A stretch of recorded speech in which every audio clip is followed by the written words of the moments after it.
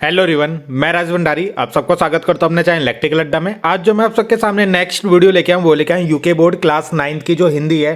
ठीक है, तो जैसा कि आप लोगों को पता होगा कल आप लोग का हिंदी का पेपर है।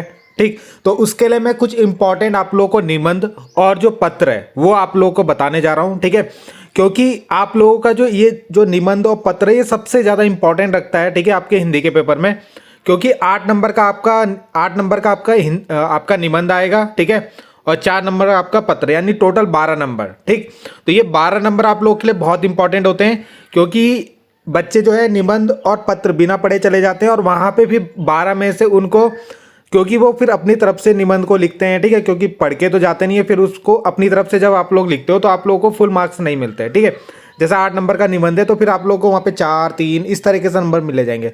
मगर आप लोग उसको अगर अच्छे से पढ़ के जाओगे, घर से उसकी हेडिंग पढ़ के जाओगे, ठीक है, क्या क्या उसके अंदर पढ़ना है, अगर आप लोग वो पढ़ के जाओगे, ठीक है, तो आप लोगों को फिर 8 में से 6, 7 है ना, मैक्सिमम 7, 8 इस तरीके से नंबर भी मिल सकते हैं। ठीक है, और इसी तरीके से आप पत्र जब अच्छे से लिखोगे तो 4 नंबर वो, तो यानी ये 12 नंबर आप लोगों के लिए बहुत इंपॉर्टेंट होते हैं। ठीक है, कल मैंने 11th क्लास वालों के लिए भी निबंध और पत्र के ऊपर एक वीडियो बनाई थी। ठीक है, तो सेम टू सेम वैसे ही पत्र और निबंध आप लोग को पढ़ने हैं। ठीक है, तो दिखाता हूं मैं आप लोग को। अगर हम पिछले साल का पेपर देखें, 2024 का हिंदी का पेपर देखें, अगर हम क्लास 9 के बच्चों का, ठीक है, तो यहाँ पे जो है आपका 200 शब्दों में आपको लिखना होता है निबंध। ठीक है, और 8 नंबर का आता है आपका, और ये आप लोगों का ना एक तरीके से बोल सकते हैं सिंपल टॉपिक के ऊपर आ जाते हैं, जैसे कंप्यूटर के ऊपर दिया है और कंप्यूटर के अंदर उन्होंने बोला इन 4 पॉइंट्स के ऊपर आप लोगों को क्या करना है, निबंध लिखना है। तो ये बहुत अच्छा होता है कि आप लोगों को पॉइंट पहले से ही दिए हैं कि इन्हीं पॉइंट्स के आपको फोकस करके निबंध लिखना है। ठीक है, दूसरा आपका योगा के ऊपर दिया है, तो ये 2 टॉपिक आप लोगों के बहुत इंपॉर्टेंट है। ठीक है, इनसे ही ज़्यादातर आप लोगों का क्या होता है, पत्र पूछा जाता है। बाकी मैं कुछ आप लोगों को और निबंध दिखाता हूँ। तो यहाँ पे आपके कुछ एक्स्ट्रा जो आप लोगों के लिए निबंध है, जैसे जलवायु परिवर्तन पर बहुत इंपॉर्टेंट एग्जाम में आएगा, विज्ञान के चमत्कार, ठीक है, ग्लोबल वार्मिंग पर, ठीक है, ये लगभग पहला और दूसरा लगभग सेम है, समाज पर प्रौद्योगिकी का है ना प्रभाव, खेल का महत्व हमारे जीवन में, ठीक है, ऑनलाइन शिक्षा पे आ सकता है आप लोगों का, पर्यावरण पे आ सकता है, ठीक है, भ्रष्टाचार पे आ सकता है, जल संरक्षण पे आ सकता है, ये भी बहुत इंपॉर्टेंट है, अब गर्मियों का टाइम आ रहा है तो जल संरक्षण के ऊपर आप लोग का आ सकता है। कंप्यूटर के ऊपर अभी आप लोगों ने देखा कि नीचे आया था आपका, स्वरोजगार के ऊपर आ सकता है, स्वच्छ भारत अभियान के ऊपर आ सकता है, उत्तराखंड के ऊपर आ सकता है कि उत्तराखंड की संस्कृति के ऊपर आप लोगों का निबंध लिखने के लिए आ सकता है। ठीक है, 11th के पास आया था। तो इस तरीके के टॉपिक है जिनके बारे में आपको थोड़ा बहुत इनके घर से पढ़ के जाओगे तभी वहाँ पे आप लोग लिख पाओगे।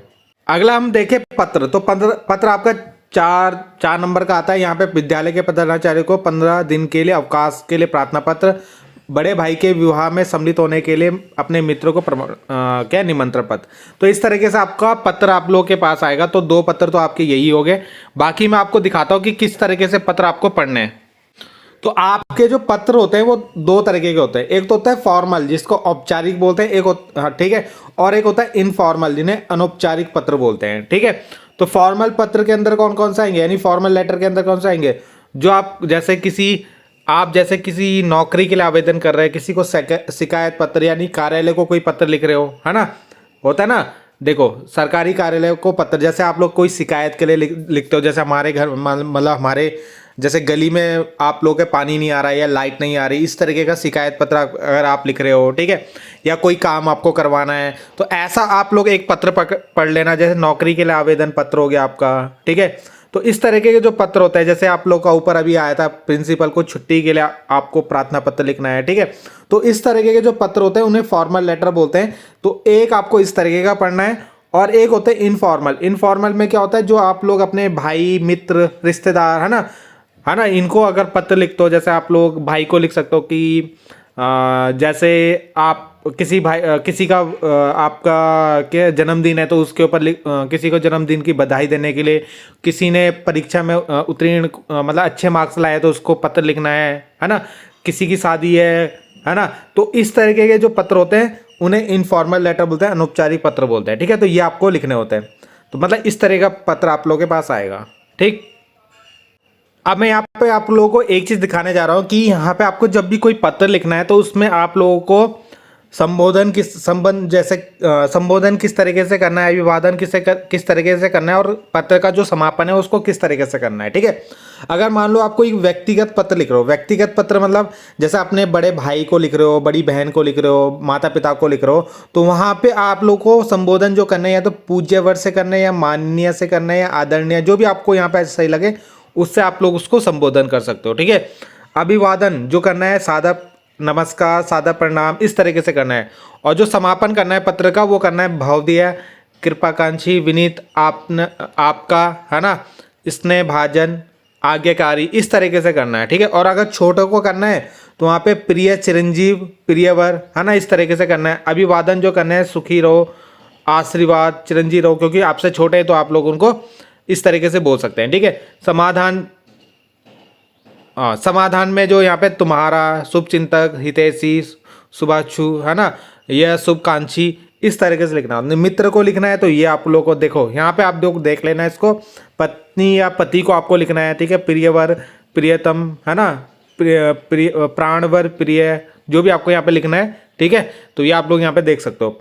अगर आपको व्यावसायिक कोई पत्र लिखना है, व्यावसायिक जैसे मतलब किसी से पुस्तक खरीदनी है ना, पुस्तक विक्रेता को लिखना है, बैंक मैनेजर को लिखना है, तो वहाँ पे आपको श्रीमान, महोदय, माननीय, इस तरीके से आप लोगों को उसको क्या करना पड़ेगा, संबोधन करना पड़ेगा। ठीक है, वहाँ पे अभिवादन कुछ नहीं है। बाकी समापन जो है भवदीय, आपका, निवेदक आप यहाँ पे लिखोगे।